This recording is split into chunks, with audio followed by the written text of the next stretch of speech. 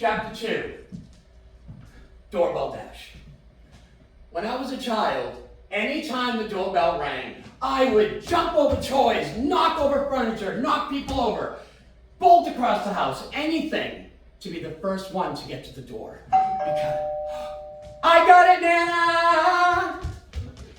Because every time the doorbell rang, I thought, this could be it. This could be the moment. This could be the one. This could be my daddy!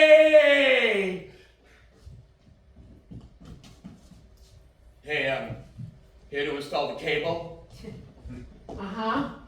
Yeah, Are you my daddy? Yeah, no, I don't think so. Yeah. Oh, yeah, okay, I get it. You're trying to keep it on the DL.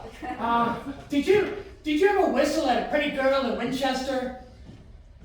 Oh, I've never been to Winchester, but just, if you're my daddy, blink twice. Nana! He did it! He blinked twice! He's my daddy! Every time the doorbell rang, hope would surge inside my heart. And every time it wasn't my daddy, it felt like a knife piercing that same heart.